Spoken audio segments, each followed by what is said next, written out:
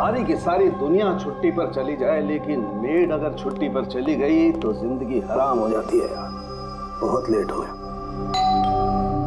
अरे यार, लैब जाने में लेट हो रहा हूँ। ये कौन आ गया ऑफिस वाले?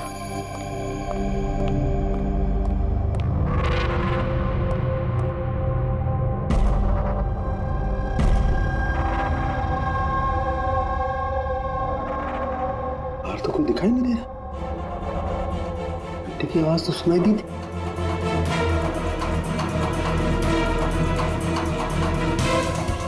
कोई दिखाई नहीं दे रहा, घंटी सुनाई दी, लेकिन कुछ गड़बड़ है।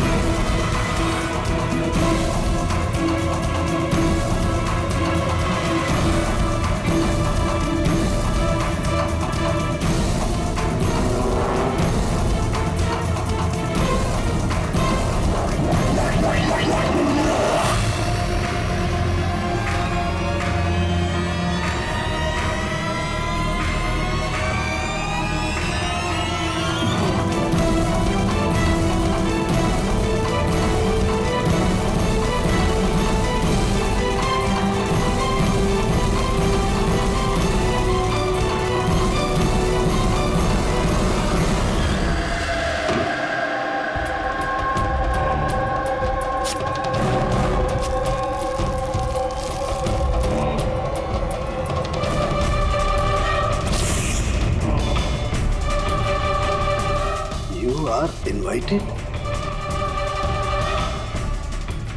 to a murder at 10 Wood Villa, Yali Hills, 400876.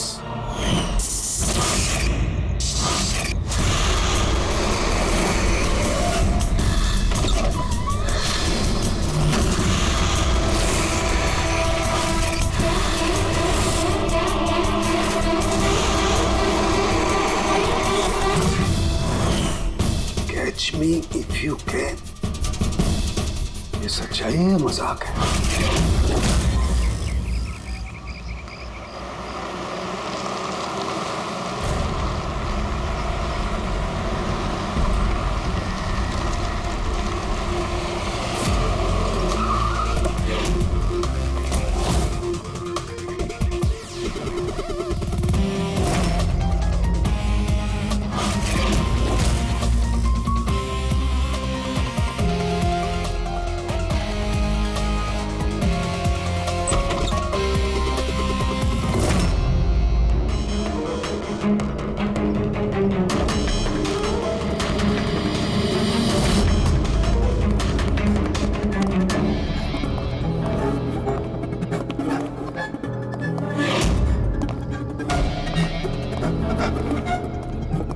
My God.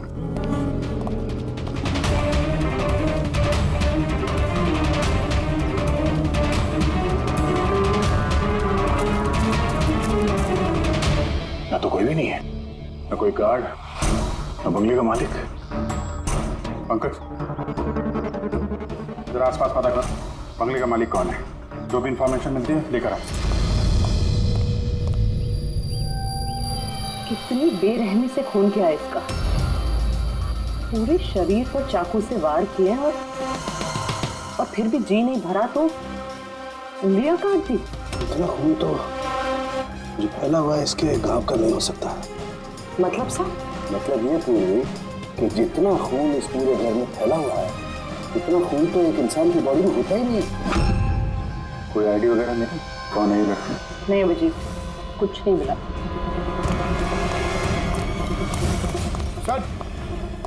Sir, इस बंगले की मालकिन राइना है और वो आधे घंटे में आ रही है। ओके, ठीक है। तब तक एक काम करते हैं, यहाँ पे जितनी भी चीजें हैं, ये प्लाट, कोई सबूत, सब इकट्ठा करते हैं। कुछ भी छूटनी नहीं चाहिए। पता तो चले क्या हुआ यहाँ पे।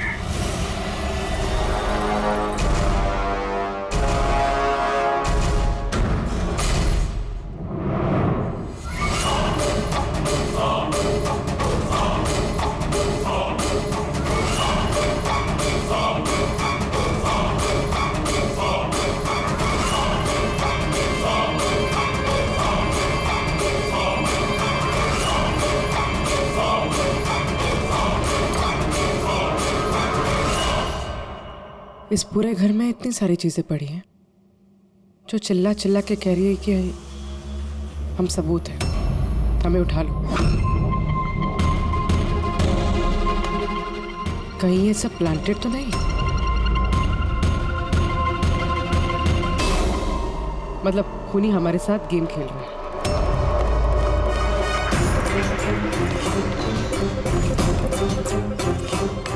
ये सब किसने किया है? ये सब किसने किया है? What is all this? कमाल है सर, ये तो हमसे पूछ रही है किसने किया है। इतना गंदा कर दिया है, अब साफ नहीं कर सकते थे ये? वो सर साफ करने के लिए भी हमें बोल रही है। बदबू आ रही है। ये मेरे बंगले में ये औरत क्या कर रही है? ओए बिरजू, बिरजू कहाँ है? बिरजू, बिरजू। लाश देख के लोग या तो बेहोश हो जाते हैं या डर के मारे गिर जाते हैं। इसको तो कुछ हुआ ही नहीं। बिरजू, बिरजू, बिरजू, अब बिरजू, बिरजू।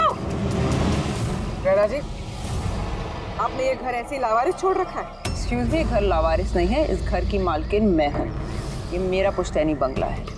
आपका बंगला है तो आपने देखभाल करने के लिए किसी को रखा नहीं है क्या यहाँ पे? ऑफ कोर्स है बिरजू, बट पता नहीं वो कहाँ है। बिरजू! इस औरत की लाश पड़ी है आपके बंगले में, आप उसको भी नहीं जानती? मैं कुछ नहीं जानती, और अब प्लीज यहाँ से निकल जाइए और जाते जाते सब कुछ साफ करते हुए जाइए। बिरजू! सर ये औरत थोड़ी अजीब है और टेढ़ी भी।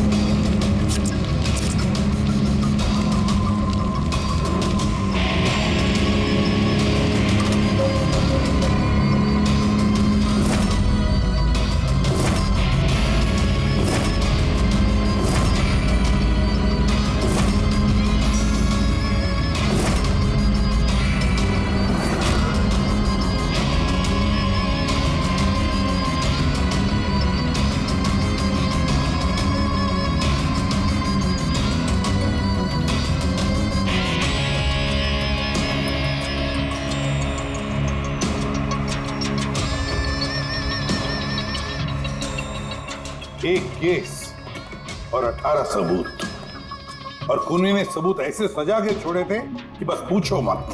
सर लेकिन प्रॉब्लम ये है कि इनमें से कोई भी सबूत हमारे किसी काम का नहीं है। ये सारे सबूत हमारे किसी भी काम के नहीं है, इसका क्या मतलब है तारिका? मतलब ये कि ये सारे सबूत पुराने हैं। What? ये सारे सबूत पुराने तो क्या लड़की का खून भी पुराना है? कितने पुराने बताओ? सर 4 से 10 साल पुराने। ये सारे सबूत 4 से 10 साल पुराने, तो क्या इसका मतलब है इस लड़की का खून 10 साल पहले हुआ है?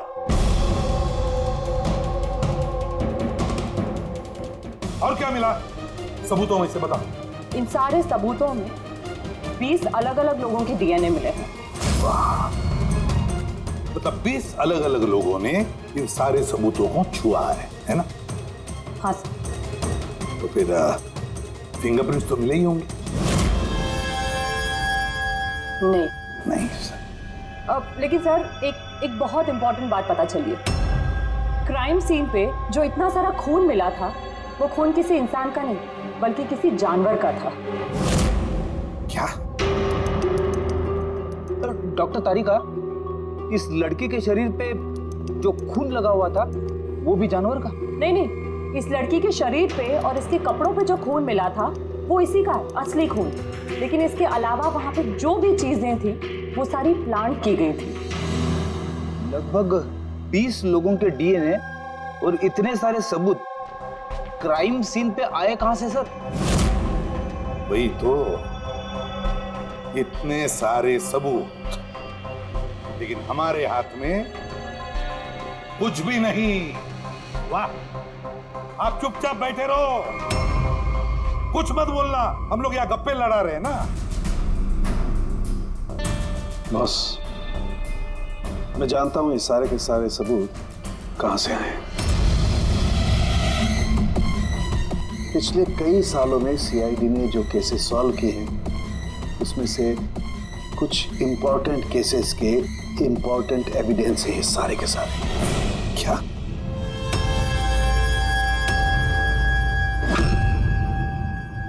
तो मैंने रायना और उसके परिवार का बैकग्राउंड चेक किया। उसके परिवार में 2-3 लोग खून के इल्जाम में जेल की सजा काट रहे हैं। और ये रायना, इसे बाइपोलर डिसऑर्डर है।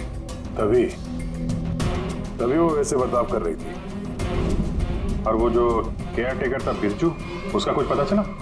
तो उसकी फोन की लास्ट लोकेशन उस बंगले के बाहर ही एक्टिव थी।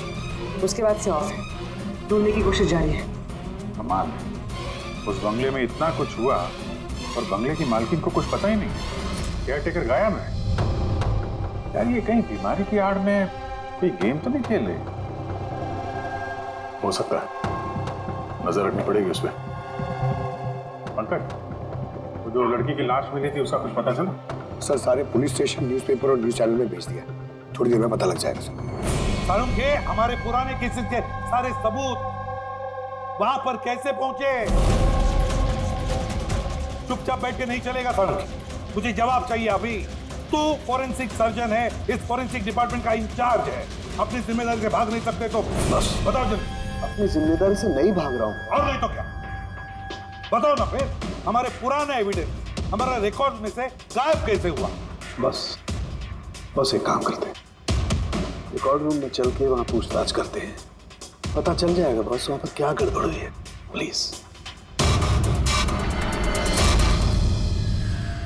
इतने सारे सबूत गायब कैसे हो गए? मालूम है ना ये सबूत कितने इंपॉर्टेंट होते हैं? तो फिर आपके होते हुए ये चूक हुई कैसे? कैसे गायब हो गए सबूत? सर हमारे होते हुए चोरी नहीं होती सर। तो फिर चोरी कब हुई? सर ये चोरी रात को ही होगी, क्योंकि हम लोग रात को नहीं रहते ना, इसीलिए चोरी हो गई। और आपका क्या कहना है? सर मैंने डॉक्टर साहब को कितनी बार बोला कि लॉक वगैरह ठीक करवा लीजिए, दरवाजे खिड़कियां ठीक करा लीजिए, सीसीटीवी कैमरा लगवा लीजिए, लेकिन डॉक्टर साहब हमारी सुनते ही नहीं है। और तो और क्या? और क्या? सर वो पता नहीं किसी को भी लेके आ जाते हैं सर, बोलते हैं कि पुराने एविडेंस देखने हैं। किसे लेकर आए थे ये? पिछले 3 महीने पहले किसी को लेकर आ गए, बोले कि क्राइम जर्नलिस्ट हैं, इनको पुराने एविडेंस देखने हैं। बॉस वो एक जर्नलिस्ट था, फॉरेंसिक पर एक आर्टिकल लिखना चाहता था। मुझसे रिक्वेस्ट की, मैंने उसे परमिशन दे दी बस। देख सारुण के, तो अच्छी तरह से जानता कि यहाँ किसी भी बाहर के आदमी को अंदर आना मना है, और तू जर्नलिस्ट को यहाँ लेकर आया।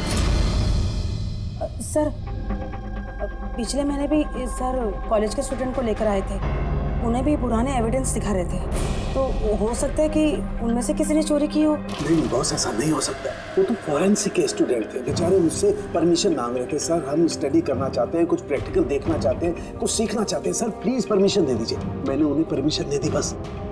बॉस मैं एक रेस्पॉन्सिबल इंसान हूँ बॉस, आफ्टर ऑल ये मेरा अधिकार भी तो है यार। देख सारुण के, सीआईडी को लुटवाने का तुझे कोई अधिकार नहीं है, समझे? और तो और यहाँ कोई कॉलेज खोल के नहीं रखा है फॉरेंसिक सिखाने के लिए। तुम स्टूडेंट्स को यहाँ ला कैसे सकते हो? किसके परमिशन से लाया तुमने? देख सारुण के, अच्छी तरह से याद रख, इस रिकॉर्ड रूम में कोई भी नहीं आ सकता। ना मैं ला सकता हूँ, ना तुम ला सकते हो, ना ये ला सकता। फिर वो चाहे अपने परिवार वाला हो, कोई दोस्त हो। हाँ अभिजीत। हाँ सर, जिस लड़की की मौत हुई थी उसका नाम टीना है, और ये उनके पिताजी हैं, doctor Nirav sir, head of forensic Chennai. Doctor Nirav? Nirav Nirav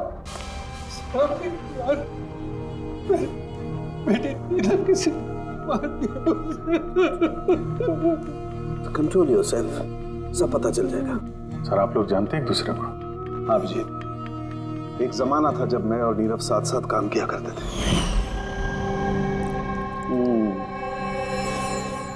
Nirav, एक मिनट बॉस।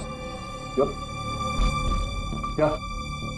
ये देख दोस्त, तेरा शक एकदम सही था दोस्त, इसमें टॉक्सिन है। डॉक्टर नीरव, जरा बताइए, आखिरी बार आपने अपनी बेटी टीना से कब बात की थी? कब देखा था उसे? एक्चुअली वो कॉलेज के हॉस्टल में रहती थी, 2 दिन पहले से बस गायब हो गई थी। नीरव हौसला रखो नीरव, जिसने भी किया है ना वो पकड़ा जाएगा। मैं पता लगाऊंगा नीरव, मैं पता लगाऊंगा किसने किया ये। नहीं साळुंखे, तुम नहीं पता लगाओगे। मैं नहीं पता लगाऊंगा मतलब तुम इस केस पर काम नहीं करोगे।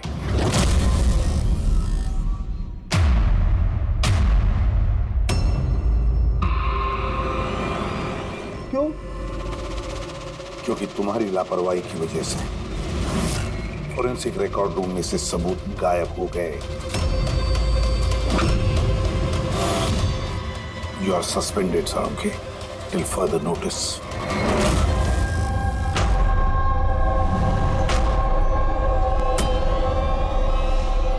बस तुम्हें लगता है कि ये सब कुछ मेरी वजह से हुआ? तुम मुझ पर इल्जाम लगा रहे हो? ये इल्जाम नहीं है साळुंखे, ये हकीकत है और ये तुम अच्छी तरह से जानते हो। ना तुम अपने दोस्त जर्नलिस्ट को फोरेंसिक रिकॉर्ड रूम में ले जाते, ना उन स्टूडेंट्स को फोरेंसिक रिकॉर्ड रूम में ले जाते, और ना आज मुझे तुम्हें सस्पेंड करना पड़ता।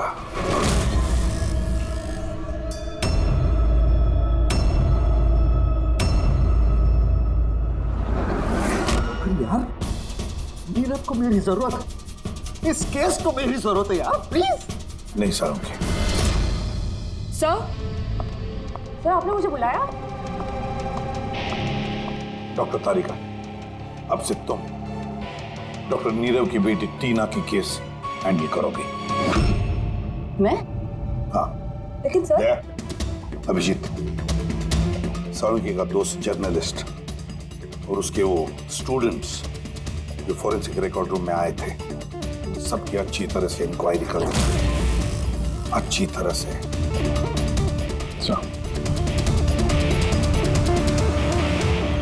डॉक्टर साहब, सर,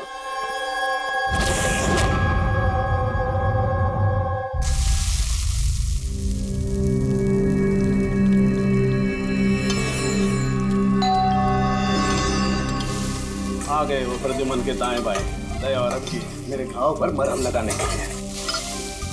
मुझे मालूम है खोलते ही कहेंगे सर कुछ नहीं होगा, हमें आप पर पूरा विश्वास है, सब कुछ ठीक हो जाएगा। क्या काम ठीक हो जाएगा? पहले तो बेइज्जती करके निकाल देते हैं और फिर भेज देते हैं अपने दाएं बायों को, जाओ जाओ उसके घाव पे मरहम रखो।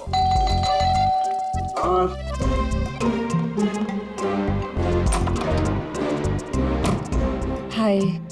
मॉर्निंग।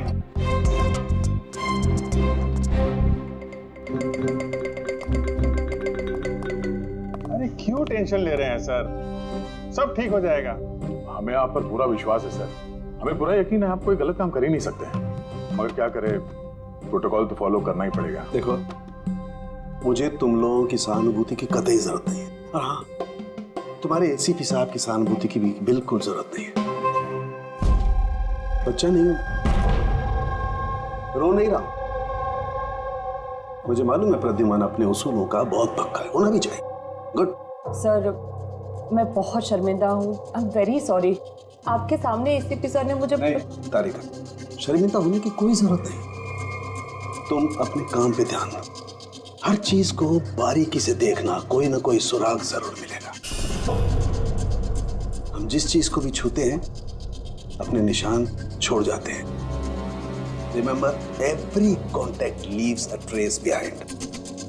बस इसी फॉर्मूले को फॉलो करना। और हाँ, जब तक ये केस सॉल्व नहीं हो जाए, प्लीज यहां पर मत आना।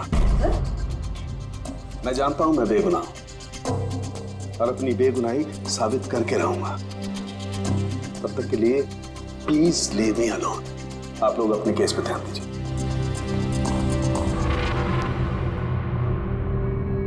बात कर रहा हूं मामला।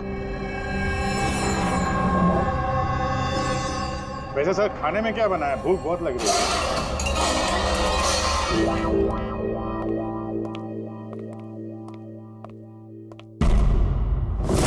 सर, ये जर्नल सुना बहुत टेढ़ा और बदतमीज आदमी। 3 महीने पहले डॉक्टर नीरव के साथ किसी बात पे झगड़ा भी हुआ था सर। देखते हैं कितना टेढ़ा है। सर, आपको अंदर बुलाया। Thank you.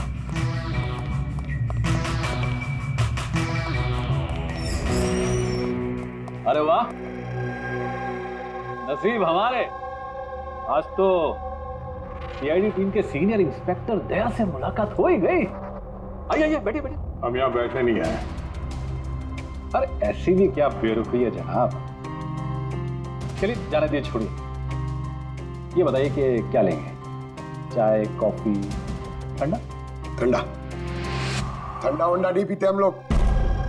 वैसे दया साहब, मैं काफी टाइम से सीआईडी टीम पर एक डॉक्यू ड्रामा सीरीज बनाने की फिराक में हूँ, लेकिन अपने एसीपी साहब मिल ही नहीं रहे। तुम तो जानते ही होंगे, सीआईडी अरे गहरे को एंटरटेन नहीं करती। आप सीधे मुद्दे की बात करें। हाँ, क्यों नहीं। पिछले 20 सालों से मैं इस प्रोफेशन में हूँ, हमेशा पॉइंट पे रहता हूँ। बताइए, सबसे पहले क्या बात करूँ, डॉक्टर नीरव से हुए झगड़े के बारे में या फिर फॉरेंसिक रिकॉर्ड विंग के बुरे हाल के बारे में? डॉक्टर नीरव से तुम्हारा झगड़ा क्या था? नहीं, मेरा उनसे कोई झगड़ा नहीं था। मैंने तो बस उन्हें सच्चाई का एक आईना दिखाया था। उन्हें बुरा लग गया। क्या मतलब? मतलब डॉक्टर नीरव के काम को लेकर मैंने एक आर्टिकल लिखा था। मेरे हिसाब से वो फॉरेंसिक के काम के प्रति ईमानदार नहीं थे, थोड़े ढीले ढाले किस्म के फॉरेंसिक एक्सपर्ट थे। इसलिए उन्होंने मेरे खिलाफ मानहानि का केस भी किया। बहुत बेइज्जती हुई मेरी। मैंने उनसे माफी भी मांगी। पढ़ा भी उनकी बेटी की दर्दनाक मौत को लेकर मुझे बहुत दुख हुआ। और अपना दुख जाहिर करने के लिए आपने एविडेंस रूम से एविडेंस चुरा कर वहां फेंक दिया जहां नीरव जी की बेटी का खून हुआ था। अरे जनाब, मैं भला ऐसा क्यों करने लगा? मैं भला क्यों पुरानी हड्डियां और खून से सनी साड़ियां चुराऊंगा? तो वहाँ एविडेंस विंग में क्या देखने गए थे? फॉरेंसिक लैब से एविडेंस कैसे चुराया जाता, मैं ये देखने गया था। मैं आप लोगों की लापरवाही देखने गया था। खैर, अब जाने दीजिए, ये सब बताने की कोई जरूरत नहीं। अब तो आप लोगों को भी पता चल ही गया होगा। देखिए, ज्यादा भाषण मत दीजिए आप। जितना जितना पूछा जाए उतना जवाब दीजिए बस। क्यों? जब खुद पर बात आई तो मेरे से लग गई। आप लोगों के पास इस बात का जवाब है कि किसने कैसे फॉरेंसिक लैब से एविडेंस को चुराया होगा? मुझे तो लगता है कातिल आप लोगों की कमियां दिखाना चाहता है। क्या जाने दीजिए। अब ये बताइए कि ये सीआईडी पर डॉक्यू ड्रामा सीरीज कब स्टार्ट करो? सर, इन्हें ब्यूरो लेके चलते हैं। लगता है ये सही जवाब वही देंगे। उसके लिए लंबा चौड़ा प्रोसीजर लगता है, और वैसे भी सबूत भी तो होना चाहिए ना। क्यों दया साहब? और जल्द मिलते हैं। प्रोसेस पूरा करके सारे एविडेंस लेके आएंगे और तब बात करते हैं सीआईडी पे डॉक्यू ड्रामा बनाने की। हाँ?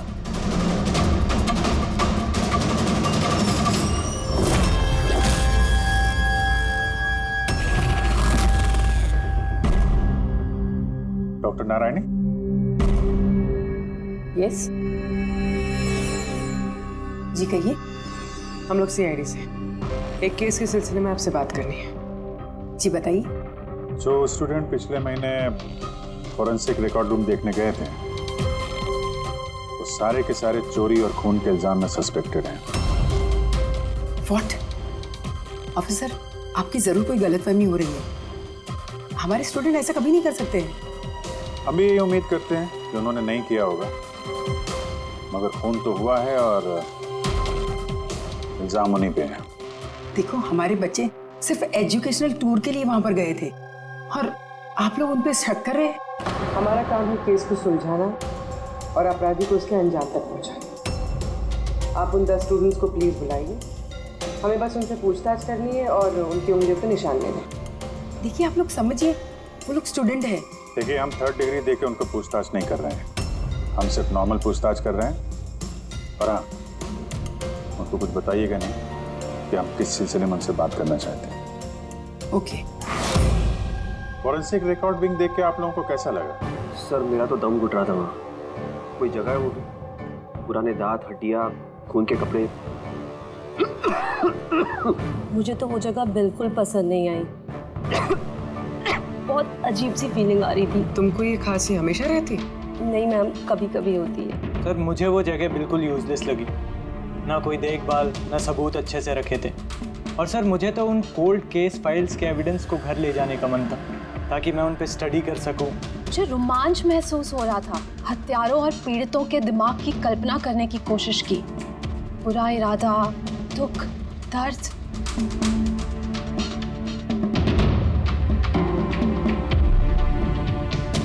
सर यहाँ तो 9 ही लोग हैं, एक नहीं है। हाँ, वो एक स्टूडेंट आज एब्सेंट है, उसकी तबीयत ठीक नहीं है। कौन है, क्या नाम है?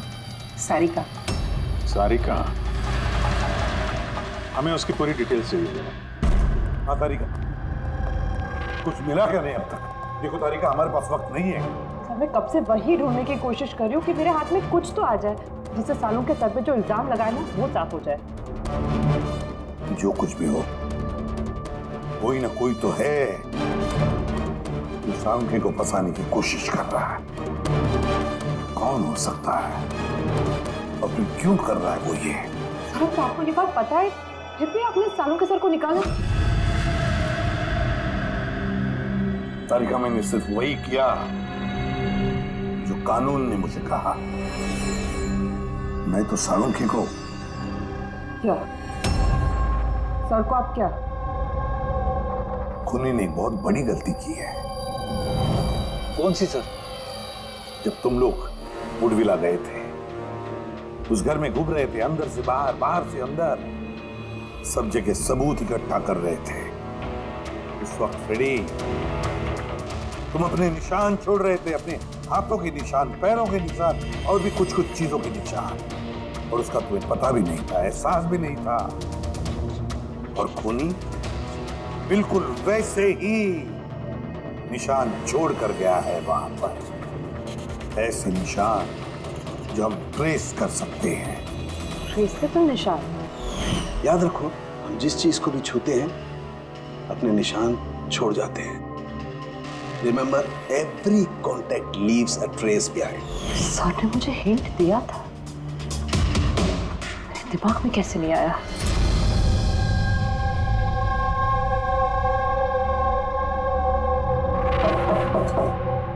जी कहिए।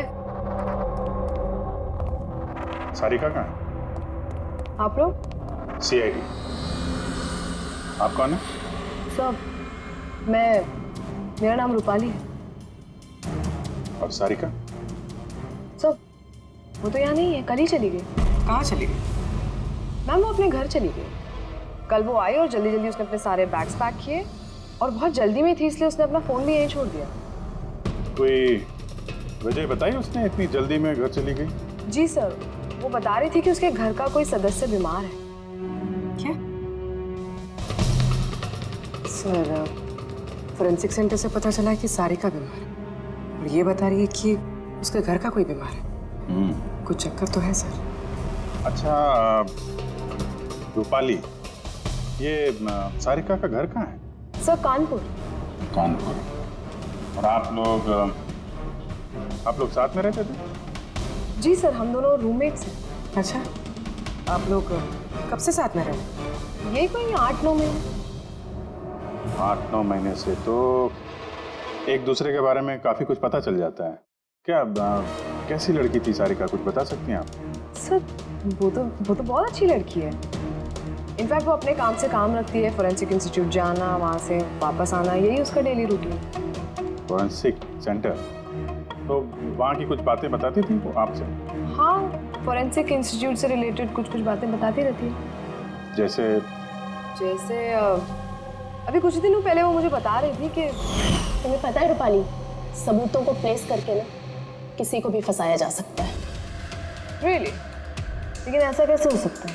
अरे बुद्धू, कुछ भी हो सकता है। मैं कर सकती हूँ ना।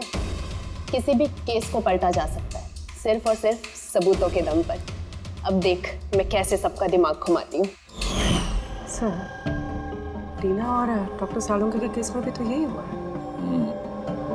और अब ये सारिका फरार है, उसको ढूंढना होगा जल्दी से जल्दी।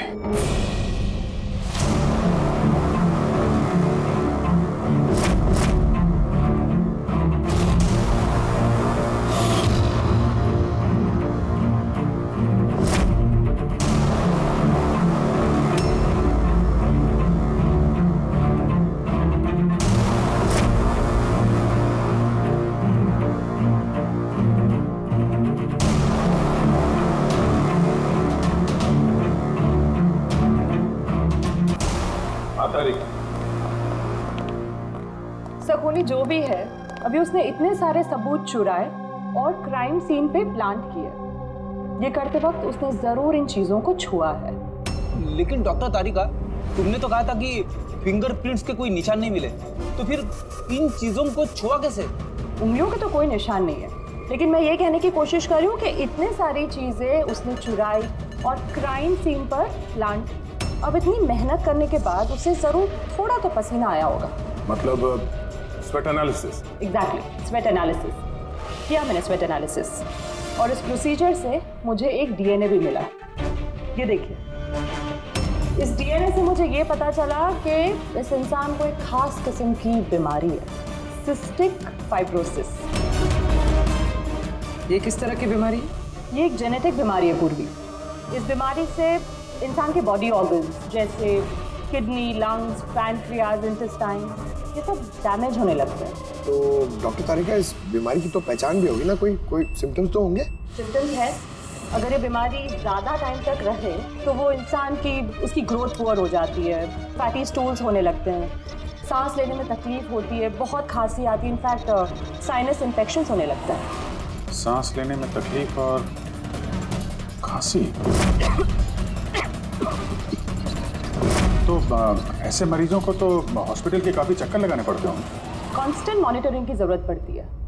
बस सुविधा रखिए, शहर में जितने भी हॉस्पिटल्स हैं सब में जाकर के पता लगाओ सिस्टिक फाइब्रोसिस के मरीज कितने हैं और क्या उनमें से कोई एक ऐसा पेशेंट है जिसका हमारे इस केस से संबंध है।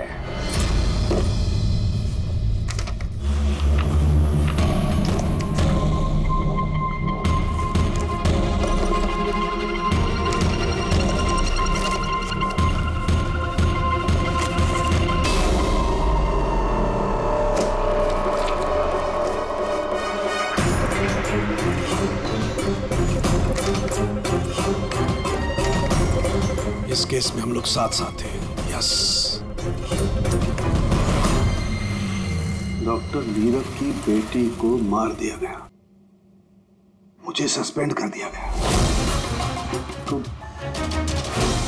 बचा ललित। अगर ये सब कुछ इस केस की वजह से हो रहा है तो ललित के साथ भी कुछ ना कुछ तो हुआ होगा या कुछ ना कुछ होगा। ललित को ढूंढना पड़ेगा। लेकिन इस सालों से ललित से कोई कांटेक्ट नहीं है, कैसे ढूंढूं उसे? ट्राई करता हूं।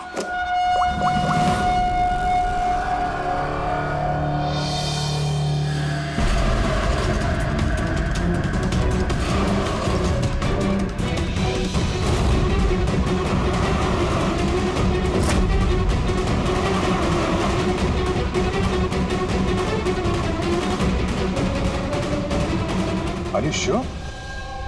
ये वही है? जी हाँ, ये वही है। और इसको हॉस्पिटल में 2-3 बार आना ही पड़ता है। My God. Thank you very much. Thank you.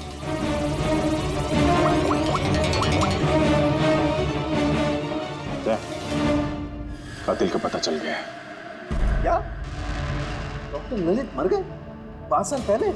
हाँ सर, आप उनकी बेटी से मिल सकते हैं। कहाँ है उनकी बेटी? मेरी बात हो सकती है? वो तो मुंबई में है सर, सारिका नाम है उसका। सारिका? जी sir. Okay, thank you. Sarika Mumbai में है।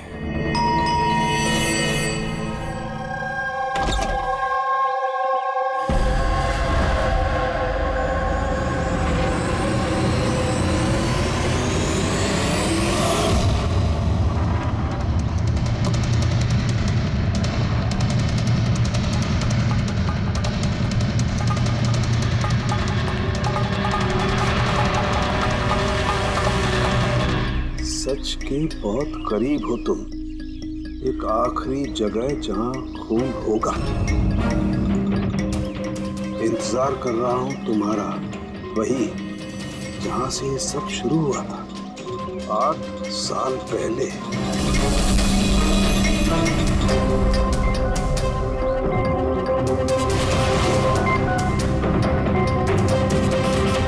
साल पहले।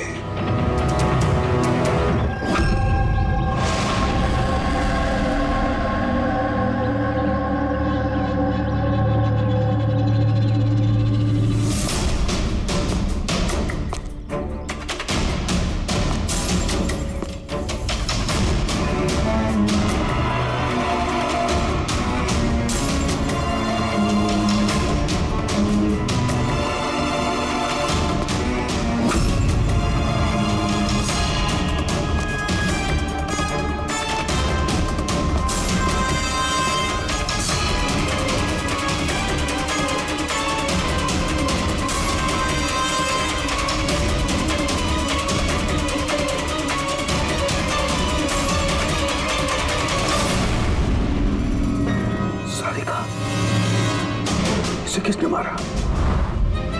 ये लाइट को क्या हुआ?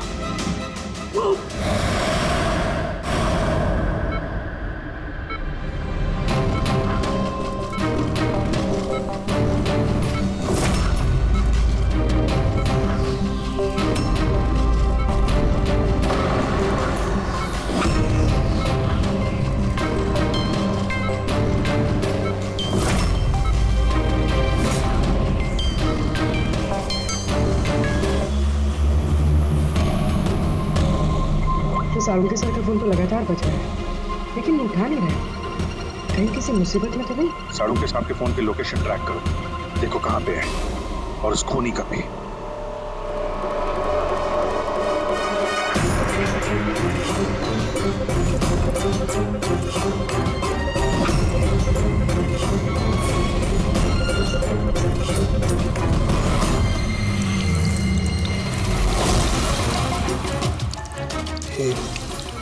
ये क्या कर रही हो? तुम्हारी मौत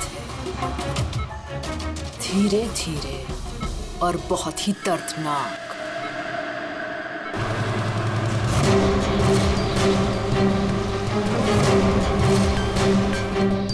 तुम्हारे खून की एक एक बूंद का कतरा जब तुम्हारे शरीर से धीरे धीरे करके निकलेगा ना, तब बहुत मजा आएगा तुम्हें, है ना? लेकिन तुम ऐसा क्यों कर रही हो? अपने बाप की मौत का बदला ले रही। अरे हत्यारे हो तुम तीनों। तुम्हारा बाप रघु? हाँ, रघु, जिसे तुमने, डॉक्टर ललित ने और डॉक्टर नीरव ने मिलकर मार डाला। और तुम्हारी वजह से आज मेरा बाप मेरे साथ नहीं है। मार डाला? हमने? कैसे? सबूत इकट्ठा करके मार डाला। तुम लोगों ने सबूत इकट्ठा किया, मेरे बाप को फांसी की सजा दिलवा दी। देखो देखो, सबूत इकट्ठा करना, सजा दिलवाना, ये फॉरेंसिक का काम है। काम है? बेशक बेशक ये तुम लोगों का काम है, लेकिन तुमने मेरे बारे में तो नहीं सोचा ना, उस बेटी के बारे में जिससे उसका बाप छिन गया। मेरे बाप की मौत के बाद मैं सदमे में आ गई थी, और सदमे से बाहर आने के बाद मैंने सोच लिया था, ठान लिया था कि मैं तुम तीनों को तुम्हारे किए की सजा देकर रहूंगी। तो इसीलिए तुमने टीना को मार डाला?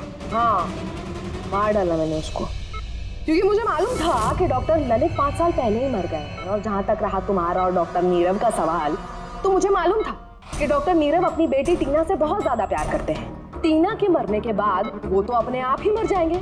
और तुम, जहां तक रहा तुम्हारा सवाल, तुम अपने फॉरेंसिक से बहुत प्यार करते हो। जब वहां से तुम्हें धक्के मार के बेइज्जत करके बाहर निकाल दिया जाएगा, तब तो तुम अपने आप ही मर जाओगे।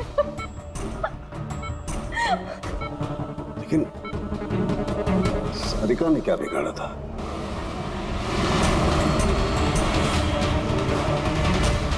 सारिका? उसे तो मरना ही था। वो ललित की बेटी जो थी, और वो फॉरेंसिक में काम करती थी, तो मेरे काम आती ना वो। उसी की मदद से तो मैंने फॉरेंसिक विंग से सारे सबूत इकट्ठा किए थे। तुम्हारा फॉरेंसिक तुम्हारे खिलाफ। ये देखो डॉक्टर सालुंके, हो गया मेरा बदला पूरा। और जब तक सीआईडी यहाँ पर आएगी ना, तब तक तुम ऊपर। Good by doctor Salunke.